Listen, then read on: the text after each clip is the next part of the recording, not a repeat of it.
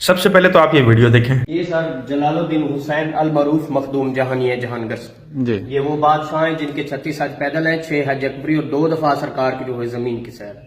اور یہی وہ بادشاہ ہیں جن کو مولا علی کا قدم مبارک، چادر تطہیر، رسول پاک کی دستار مبارک، کالی کملی، یعنی ایسے بہت ساری چیزیں جو سرکار کو آج سے 700 سال ہجری پہلے مدینہ شریف سے یہ سب کچھ ملا گیا تھا. ادھر سے لے کر پھر سرکار انڈیا شہر دہلی میں گئی. انڈیا شہر دہلی میں ایک جامع مسجد تھی جس کا قبلہ ٹیڑھا تھا، تو سرکار نے اس مسجد کا قبلہ بھی سیدھا کیا، اور یہ اسی مسجد کے دیوار کا ٹکڑا ہے جسے باہر نکال کے پھر اوپر بیٹھ کے اس بادشاہ نے سواری کی. اور یہ وہ سانپ ہے جس سانپ کا سرکار نے چابک بنایا ہنٹر دیوار کو مارنے کے لیے. اچھا کیا، بہت اچھا کیا. یہ بڑی سرکار سرخ پوش شیخ سید جلال الدین سرکار کے پوتے ہیں. ان کا بیٹا ہے سلطان سیدی احمد کبیر، یہ سرکار ان کے بیٹے ہیں. پھر ساتھ میں ان کے بیٹے ہیں محمود نر ناصر الدین، جن کے آگے 25 بیٹے ہیں. 25 میں سے 11 کی اولاد نہیں، 14 کی اولاد ہے. اور جو 14 کی اولاد ہے نا وہ بڑے صغیر پاک و ہند میں ہے. جو بخاری سید کہلاتے ہیں، جو دیوان سید کہلاتے ہیں، وہ پھر اس ناصر الدین سرکار کے آگے اولاد دار اولاد میں سے. جی سر. اور یہ مزاری جو ہے نا بعد میں تعمیر ہوئی بھی ہے، یہ مغلیہ دور میں. اچھا یہ مطلب مغلیہ دور 15ویں صدی عیسوی میں بنایا گیا ہے. یہ پلر کا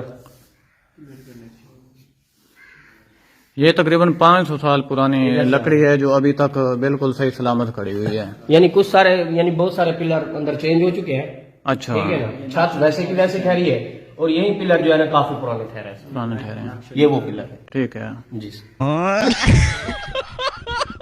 یہ ساری فلمی کہانی ہیں، فلمی باتیں ہیں. کچھ جاہل لوگ ایسے ہوں گے کہ جو اتنا سفر کر کے اس مزار کو دیکھنے کے لیے جائیں گے کہ ہم ایسی ہستی کو دیکھیں جو دیواروں پہ سفر کیا کرتی تھی، سانپ کو چابک کے طور پہ استعمال کرتی تھی اور دیوار کو گھوڑے کے طور پہ. کیا نبی کا گھرانہ آپ کو اتنا مجنون لگتا ہے؟ کیونکہ یہ ہر دیوانے کو، ہر بے وقوف کو نبی کے گھرانے سے جوڑ دیتے ہیں. آپ دیکھ لیں جس بھی انسان کی یہ زیادہ کرامت بیان کریں گے، جب آپ اس کے شجرے میں گھسیں گے، اس کے خون خاندان میں گھسیں گے، یہ اس کا حساب کتاب جا کے نبی علیہ السلام کے گھرانے کے ساتھ جوڑ دیں گے. ویسے ہے کتنی کمال بات. 1400 سال پہلے والے دور کے اندر بھی ایسی کرامتیں نہیں ہوا کرتی تھی، ٹائم ٹریولنگ نہیں ہوا کرتی تھی. اور اب جو 2025 والا یہ سن چل رہا ہے، آج کے دور میں بھی ٹائم ٹریولنگ نہیں ہوتی. جو بیچ کا دوران ہے نا، اسی میں سارے جادوگر کے بچے آئے ہیں اور جادو کیا ہے اور کرشمے دکھائے ہیں، اس سے پہلے اور اس سے بعد میں نہیں. یہ کیسی ٹوپی بازی ہے؟ اس ٹائم میں کیونکہ وہ حق والے لوگ زندہ تھے. آج جب کیمرے کی اجازت زندہ ہے تو آپ کوئی کہانی نہیں کر سکتا.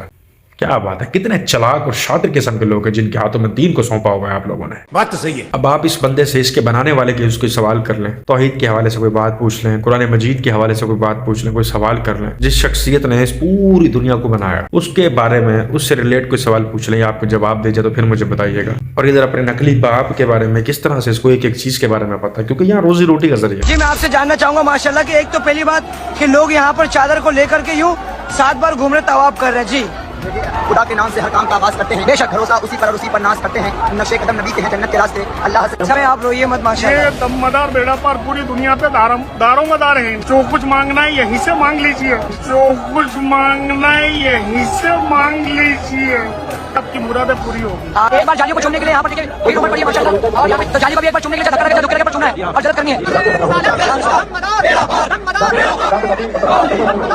اب جب یہ چیز ہائی لائٹ ہو چکی ہے، آپ لوگوں نے دیکھ لیا ہے کہ خانہ کعبہ کی طرح سے ایک پاگل بغلول پیر کی جو مزار ہے اس کا طواف کیا جا رہا ہے، یہ سمجھ کے اس کی جالی کو چوما جا رہا ہے، یہ سمجھ کے یہ جالیاں خانہ کعبہ کی جو سنہری جالیاں ان سے افضل ہے، اور جو کچھ ہم یہاں مانگیں گے ہمیں مل جائے گا. چاچے کو دیکھا کس طرح سے رو رہا ہے. آپ روئیے مت ماشاءاللہ. یہ دم مدار بیڑا پار پوری دنیا پہ داروں مدار ہیں. جو کچھ مانگنا ہے یہیں سے مانگ لیجیے، جو کچھ مانگنا ہے یہیں سے مانگ لیجیے.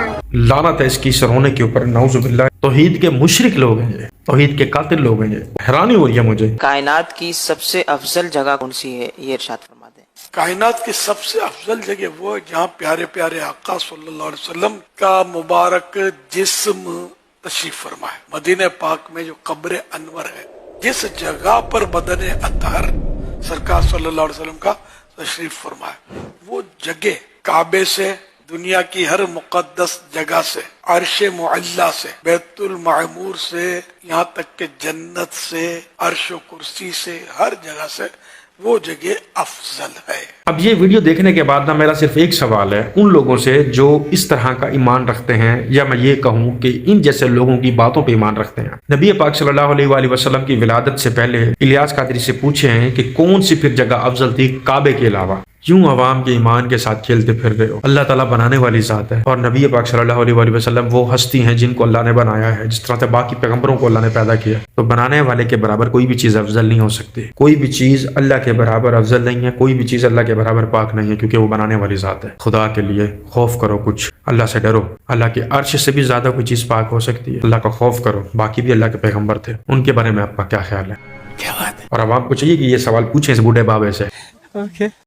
بابے بلے شاہ صاحب منگل والے دن فوت ہو گئے تے او مڑ مائیاں پئیاں کھلائے اے تے ولی آ اینو تے جمعے نو مرنا چاہیدا۔ بابے روٹھی کھلوتے جی اج دا مرنا قبول نہیں تا پے جمعے نو مار لئی۔ ایک میں پہ آ کے جو کو ایک قدہ مضمون تا بنیا کر، میں کہتے قرآن شریف چاہ ہر صفحے تے پتہ نہیں کتنے مضمون آ چستی باقی تے گلاں ٹھیک ہیں۔ اے جڑا تساں ٹکر اگوں رکھ کے ختم پڑھ دیو نا، میں کہ کئی پڑھنے ہیں جنہیں قرآن شریف جی تو اگو رکھ کے وارہ نہیں کھمدا تو پچھو رکھ کے جو پڑھے پڑھو صحیح کی نہیں پڑھو نہیں جنہیں تو قرآن نہیں جو ثابت کر لیکن تو مننا نہ بان بے نیاز بنا فرماندہ فَقُلُوا مِمَّا ذُكِرَ اسْمُ اللَّهِ عَلَيْهِ إِن كُنتُم بِآيَاتِهِ مُؤْمِنِينَ۔